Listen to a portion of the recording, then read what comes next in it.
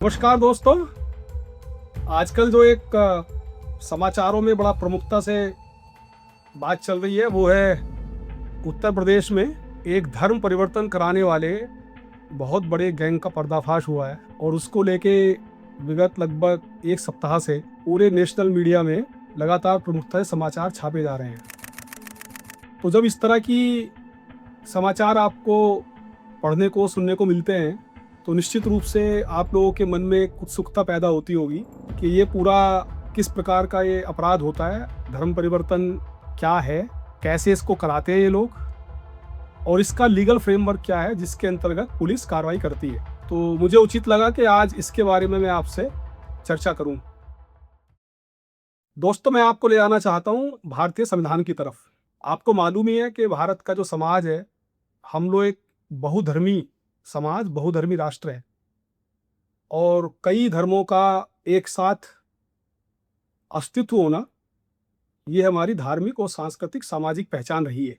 संविधान बनाते समय भी इस बात को ध्यान में रखा गया था और उसके प्रियम्बल में उस समय तो नहीं, लेकिन लगभग 25 वर्ष बाद एक शब्द सेक्युलर भी जोड़ा गया। लेकिन इससे संबंधित मूलभूत अधिकार, जो फंडामेंटल राइट जिसको बोलते हैं, उसमें प्राविधान संविधान को बनाते समय ही कर दिया गया था।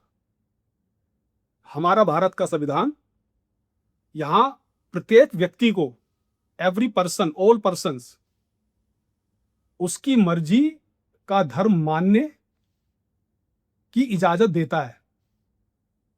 दोस्तों, वैसे ये वीडियो सेकुलरिज्म और रिलीजियस राइट्स पे नहीं है, लेकिन फिर भी जस्ट एक सेंटेंस में बताना चाहूंगा कि ये कोई वेस्टर्न कॉन्सेप्ट्स कुछ होती हैं सेकुलरिज्म की, उससे हमारा थोड़ा डिफरेंट तरह का सेकुलरिज्म है। यहां पर पॉजिटिव सेकुलरिज्म की बात की जाती है कि राज्य यानी कि सरकार, स्टेट, वो सभी धर्मों का बराबर सम्मान और सबके साथ सम व्यवहार करेगा, ऐसी अपेक्षा की जाती है। इसी के तहत आर्टिकल 25, अनुच्छेद 25 में यह प्राविधान किया गया कि subject to public order, morality and health, public order, morality and health, all persons have right freely to profess, practice and propagate. I repeat, profess, practice and propagate religion of their choice. तो profess कर सकते हैं यानी कि मान सकते हैं, practice कर सकते हैं यानी कि जो उसके प्रैक्टिसेस हैं उनका अनुपालन कर सकते हैं, त्योहार हैं या और जो भी परंपरागत चीज़ें हैं, पूजा पद्धति है, पूजा के तरीके, वो सबको मान सकते हैं। और सबसे इम्पोर्टेंट है, जो आज के इस वीडियो के पर्पस से रेलेवेंट है, वो है प्रोपोगेट। उसका मतलब होता है, हिंदी में अगर हम सरल भाषा सुन लें तो प्रचार करना। जो जहाँ धर्म को मानने और उसको निभाने, उसके तौर तरीके के अनुसार उसको पूरा करने की हमें आज़ादी है, हमारा मूलभूत अधिकार है, वहीं अपने धर्म का प्रचार प्रसार करने का भी सभी को, जितने भी व्यक्ति हैं उनको सबको अधिकार है।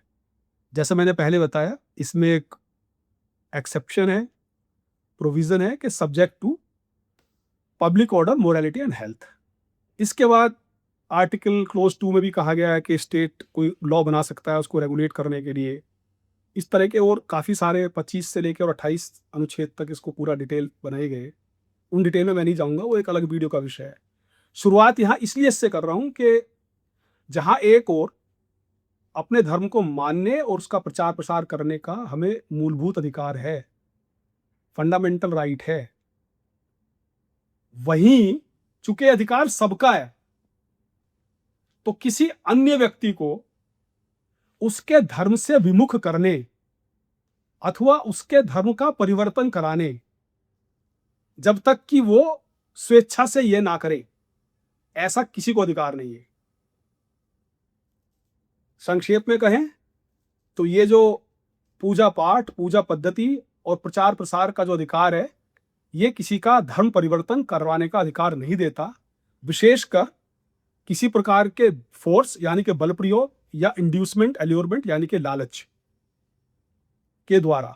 लेकिन आप लोग सहमत होंगे कि विगत बहुत सारे सालों से ये समस्या रह रहकर सामने आती है हमारे देश के। और मैं अब अगर प्रदेश की बात करूं तो उत्तर प्रदेश के कई ऐसे इलाके हैं जहां पर कि ये समस्या बहुत विकराल रूप ले चुकी है। विशेषकर अगर हम बात करें तो इंडो नेपाल बॉर्डर पे विगत कुछ वर्षों में लगभग ऐसी स्थिति आ गई है कि वहां डेमोग्राफी चेंज होने की नौबत आ गई है। तो ये एक बड़ी इस तरह की समस्या थी जिसको कि एड्रेस करना जरूरी था।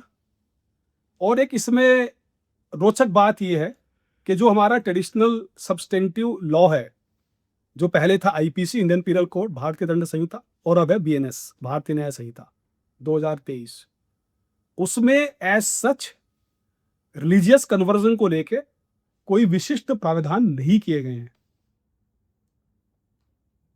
इस परिप्रेक्ष्य में उत्तर प्रदेश सरकार ने वर्ष 2021 में एक Uttar Pradesh prohibition of unlawful conversion of religions act 2021 बनाया और इसमें कुछ ऐसे प्रावधान किए हैं जो कि प्रत्येक व्यक्ति के लिए मानना आवश्यक है। इसमें सबसे पहला प्रावधान है जो इसका सेक्शन 3 कहता है कि किसी को भी कोई मिस रिप्रेजेंट करते हुए या फोर्स इस्तेमाल करते हुए या किसी प्रकार का फ्रॉड, अनड्यू इन्फ्लुएंस या एल्योरमेंट, कोर्सन, इसके द्वारा किसी का धर्म परिवर्तन नहीं कराया जाएगा। यदि कोई इसका धर्म परिवर्तन इस प्रकार से कराता है किसी व्यक्ति का जो प्रतिबंधित किया गया है, प्रतिषेध किया गया है जिसका ऐसी किसी गतिविधि के द्वारा, तो उसको सेक्शन 5(1) में 10 वर्ष तक की सजा का प्रावधान किया गया। इसके अलावा सेक्शन 5(2) जिसको हम अब कहेंगे धर्मांतरण निषेध कानून, उत्तर प्रदेश का धर्मांतरण के विरुद्ध जो कानून है, उस कानून का अनुभाग उसका सेक्शन 5(2) धारा 5(2) ये कहता है कि अगर इस किसी प्रकार के धर्म परिवर्तन कराने में फॉरेन फंड्स का इस्तेमाल किया जाता है तो मिनिमम 7 वर्ष और अप टू 14 वर्ष तक की सजा हो सकती है। सेक्शन 5(3) कहता है कि यदि ऐसा धर्म परिवर्तन किसी व्यक्ति, महिला या किसी बच्चे को धमकी या लालच, या इसमें बड़ा महत्वपूर्ण शब्द मैं बोलने जा रहा हूं, शादी करना या शादी करने का वायदा करके और फिर धर्म परिवर्तन करा दिया जाता है, तो उसके लिए न्यूनतम 20 वर्ष की सजा और आजीवन कारावास तक की सजा हो सकती है। ये बड़ा महत्वपूर्ण इसका प्रोविजन है। अब इसमें कुछ बड़े महत्वपूर्ण और भी प्रावधान किए गए हैं। उनमें से एक सबसे महत्वपूर्ण प्रावधान ये है कि अगर कोई ऐच्छिक रूप से धर्मांतरण करना चाहता है तो उसकी अनुमति है, लेकिन उसके लिए उसको 60 दिन पहले जिलाधिकारी को एक निर्धारित प्रारूप, जो कि इस एक्ट का शेड्यूल 1 है, उसमें एक आवेदन करना होगा और उसमें फिर जिलाधिकारी विचारोपरांत निर्णय लेकर उसकी अनुमति प्रदान करने पर विचार करेंगे। यदि कोई व्यक्ति ऐसा आवेदन किए बिना धर्म परिवर्तन करता है तो उसको, ऐसे व्यक्ति करने वालों को 3 वर्ष तक की पनिशमेंट का, सजा का प्रावधान इस कानून में किया गया है। इसके लिए कुछ सजाएं हैं, जैसे कि वो डिक्लेयर करेगा कि उसके ऊपर कोई फोर्स, कोर्सन, अनड्यू इन्फ्लुएंस यूज नहीं हो रहा है, उसकी फ्री कंसेंट है। इसी तरह से जो धर्मांतरण कराने वाले हैं उसको भी 1 महीने पहले, 30 दिन पहले, 1 महीना पहले जिलाधिकारी को शेड्यूल 2 में निर्धारित प्रोफोर्मा में आवेदन करना पड़ेगा। अब वापस आते हैं जो आजकल प्रमुखता से एक हेडलाइंस में समाचार लगातार चल रहा है, तो उसमें जलालुद्दीन उर्फ छांगुर बाबा, ये नाम आप लगातार सुन रहे होंगे। ये बहुत बड़ा नेटवर्क था इसका, और जो पता चल रहा है कई वर्षों से ये कार्य कर रहा था, कई हजार लड़कियों को इसने धर्म परिवर्तन कराया। पता ये भी चल रहा है कि शायद हजारों की संख्या में लड़कों को इसने दूसरे धर्म की युवतियों को बहलाकर, फुसलाकर, धमकी देकर और शादी का लालच देकर उनका धर्म परिवर्तन कराने के लिए एक नेटवर्क तानाबाना तैयार किया हुआ था। लगभग 580 जिले देश भर के जहां इसका नेटवर्क फैला हुआ था। इस तरह की बातें सामने आ रही है। इस रैकेट का भंडाफोड़ हुआ है, इसमें गिरफ्तारियां हुई हैं, कार्रवाई हुई है, और वो कार्रवाइयां किस सेक्शन में की गई हैं ये भी जानना जरूरी है। पब्लिक के लिए तो है ही है, खासकर पुलिस के लिए भी ये जानना जरूरी है, क्योंकि पुलिस के जो हमारे कर्मचारी हैं उन्हें ये पता होना चाहिए, विशेषकर थाना लेवल पे जो कर्मचारी कार्यरत रहते हैं, कि यदि ऐसा कोई मामला उनके संज्ञान में आता है तो इसके लिए विधिक प्राविधान क्या है। दरअसल मेरा पूरा इस वीडियो का उद्देश्य भी यही है, जनता को जागरूक करना कि यदि उनके आसपास इर्द गिर्द कोई इस तरह की हरकत तो नहीं चल रही है, वो सतर्क रहें। और जो हमारे थाना लेवल के कर्मचारी हैं, कांस्टेबल, हेड कांस्टेबल, एसआई, जो विशेषकर जो बीट पे काम करते हैं, उनको भी सतर्क रहना और थोड़ा निगाहबानी करना कि कहीं इस तरह की कोई गतिविधि तो नहीं चल रही है, और अगर कोई संज्ञान में आती है तो उसमें फिर विधिक कार्रवाई करना। तो वो विधिक ढांचा क्या है ये मैंने आपको कॉन्स्टिट्यूशन से शुरू करके जो उत्तर प्रदेश का धर्मांतरण निरोध एक्ट बनाया, अधिनियम, उसके बारे में पूरा बता दिया। अब इसमें जो ये कार्रवाई हुई है छांगुर बाबा वाली, इसमें कौन कौन सी धाराएं लगी हैं इसकी हम लोग बात करते हैं।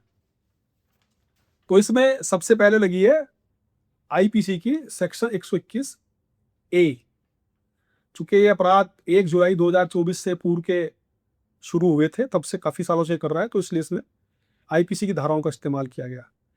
मैं साथ साथ ये बताता चलूंगा कि 121 ए में क्या प्रोविजन है और अब इसका काउंटर पार्ट बीएनएस में, भारतीय न्याय संहिता 2023 में क्या है, इसका सब्स्टिट्यूट जो है वो क्या है। तो इसमें 121 ए में है, ध्यान देने की बात है कि conspiracy to commit offence of waging war against government of India, या गवर्नमेंट ऑफ इंडिया के सामने शक्ति प्रदर्शन करके, या किसी स्टेट गवर्नमेंट को सामने शक्ति प्रदर्शन करके उसको गिराने का प्रयास करना। इसकी जो धारा बीएनएस में है वो 148 है। फर्क इतना हुआ है कि पहले ये वेजिंग वॉर और जो इस तरह की गतिविधियां थी, जो निषिद्ध गतिविधियां थी, नियम विरुद्ध, विधि विरुद्ध गतिविधियां थी, वो विद और विदाउट इंडिया में थी। अब उसको with, without and beyond India भी कर दिया गया है, क्योंकि आप जानते हैं कि इस समय तकनीक का युग है और तमाम ऐसे षड्यंत्र हैं जो हमारे देश के विरुद्ध विदेशी धरती पर बैठकर उनकी षड्यंत्र रचे जाते हैं और तमाम तरह के कॉन्स्पिरेसीज बनाई जाती हैं, तो उनके विरुद्ध भी हम कार्रवाई कर सकें, इसलिए एक beyond word, beyond India word जोड़ दिया गया है। दूसरा सेक्शन जो इस्तेमाल किया गया है छांगुर वाले मामले में, एफआईआर में, वो किया गया है 153 ए आईपीसी। इसका जो हमारा काउंटर पार्ट है बीएनएस में वो है 196 बीएनएस। इनमें दोनों में कोई फर्क नहीं है। Promoting enmity on grounds of religion, ये समाज में दो धर्मों के बीच धार्मिक आधार पर शत्रुता पैदा करने का प्रयास या ऐसा कोई कार्रवाई, ऐसी कोई गतिविधि, उसको रोकने के लिए ये जो धारा है ये बनाई गई है। एक और धारा इस्तेमाल की गई है जो आईपीसी में 417 होती थी, चीटिंग, और इसका जो काउंटर पार्ट है बीएनएस में वो है 318। कहने का तात्पर्य यह है कि जो बीएनएस की धारा में बता रहा हूं, तो यदि अब कोई गतिविधि सामने आती है जो अब शुरू हुई है 1 जुलाई के बाद, 1 जुलाई 2024 के बाद, तो उसमें फिर बीएनएस की ये धाराएं लगेंगी। ये आपको हैंडी रहे, पता रहे, ये मेरा उद्देश्य है बताने का। तो इसमें 318 बीएनएस, इसमें दोनों में फर्क ये हो गया है कि पहले जहां 417 से लेके 420 तक, 15, 16, 17, 18, 19, 20 तक ये धाराएं अलग अलग थी और उसमें अलग अलग कुछ सजाएं थी। अब उसको इन्होंने एक जगह करके 318 में कर दिया बीएनएस में, और इसकी सजा बढ़ा दी है। पहले जो चीटिंग का 1 साल का इम्प्रिजनमेंट होता था वो 3 साल से शुरू होकर 5 साल तक कर दिया गया। 420 आईपीसी भी इसमें लगाई गई है, जो जिस प्रकरण की हम चर्चा कर रहे हैं। इसमें आपको मालूम ही है चीटिंग और dishonestly inducing delivery of property, तो वो लगाई गई है। वो भी 318 बीएनएस में ही कवर होता है। जैसे मैंने बताया कि 318 ऑल कॉम्प्रिहेंसिव सेक्शन है regarding cheating, different modes of cheating. और UP prohibition of unlawful conversion of religions act 2021 का बारे में मैंने बता ही दिया है पूरा आपको।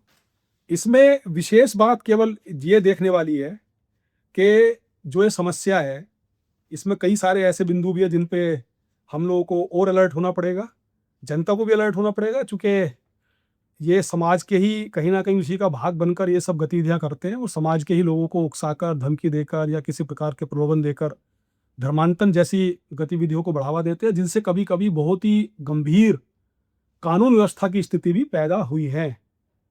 इस तरह का अनुभव भी रहा है। तो ऐसी स्थिति से बचने के लिए जहाँ जनता को एक तरफ जागरूक रहना पड़ेगा, वहीं पे पुलिस के भी जो हमारे कर्मचारी हैं, जो बीट कर्मचारी हैं, उनको बीट इन्फॉर्मेशन सिस्टम को और मजबूत करना पड़ेगा। और जो ऐसी गतिविधियाँ आती हैं, तो उनको वापसी जब करते हैं वो थाने पे बीट से अपनी गश्त करने के बाद, तो जो बीट इन्फॉर्मेशन रजिस्टर बना होता है, उसमें वो इन्फॉर्मेशन लिखवाएँ, बीट लिखवाएँ। और जब वो कई सारी बीट इकट्ठा हो जाती हैं, तो उसमें फिर एसएचओ को एक लीगल सिस्टम एक इनिशिएट हो जाता है, जहाँ पर कि वो कार्रवाई कर सकता है। और अगर प्रिवेंटिव कार्रवाई कर दी जाए, तो इस तरह की नौबत नहीं आएगी। ये भी ध्यान रखने के योग्य बात है, हमारे जो लोकल स्थानीय लेवल की पुलिस है, कि अचानक इतना पैसा, इतना इन्फ्लुएंस, इतने बड़े-बड़े घर, जो लोग कुछ ही वर्षों में इस तरह की जो भौतिक प्रगति प्राप्त कर लेते हैं, तो उनका सोर्स क्या है? ये पुराना पुलिस का बहुत पुराना बीट का एक वो रहा है इम्पोर्टेंट एलिमेंट, कि जो भी बीट होती है उसके क्षेत्र में उनको ये देखना चाहिए कि उनके कौन-कौन ऐसे लोग हैं जो अचानक से धनाढ्य हो गए हैं, अचानक बहुत पैसे वाले हो गए, उनका लाइफ़स्टाइल चेंज हो गया है, उसकी वजह क्या है? किन गतिविधियों से वो पैसा कमा रहा है? उसकी सोशल रेपुटेशन क्या बन रही है? ये सारी बातें होनी चाहिए। तो इस पे हमें ध्यान रखना पड़ेगा। जो हमारे फॉरेन फंड्स आ रहे हैं, उनकी वजह से, चूँकि फॉरेन फंड्स का भी इस्तेमाल हुआ है एक आपराधिक कार्य करने में, तो ये प्रोसीड्स ऑफ क्राइम बनती है। और उस सारी जाँच का ज़िम्मेदारी ईडी ने भी शुरू कर दी है, एनफोर्समेंट डायरेक्टरेट ने। और हमें देखना रोचक होगा कि कहाँ तक ये मामला लॉजिकल कंक्लूज़न तक पहुँचता है। सेंट्रल एजेंसीज़ को फंड्स ट्रांसफ़र के बारे में और अधिक सतर्क रह के हमें काम करना पड़ेगा, ताकि इस तरह की घटनाएँ, चूँकि आने वाले समय में जिस तरह का एक ग्लोबल सिनेरियो डेवलप हो रहा है, तो हमें राष्ट्र के विरुद्ध कोई भी गतिविधि, किसी भी स्तर पर, चाहे वो पुलिस हो, चाहे सेंट्रल एजेंसी हो, चाहे जनता हो, जो भी लोग हैं, किसी भी उसमें उसको पूर्णतया अस्वीकार करना होगा। सब मिल-जुल कर ही कार्य करेंगे। और जो हमारे फेमा के फॉरेन एक्सचेंज मेंटेनेंस एक्ट 1999 के जो प्रोविज़न है, उनके तहत जो एजेंसीज़ का दायित्व है, उनको भी और सख्ती से उसको निभाना पड़ेगा। तब जाकर ये समस्या का समाधान हो पाएगा। मुझे उम्मीद है कि आज की ये चर्चा आपको ज्ञानवर्धक और रोचक लगी होगी। और बहुत-बहुत धन्यवाद। आपसे पुनः अनुरोध कि कृपया मेरे चैनल को सब्सक्राइब करें। जय हिंद, धन्यवाद।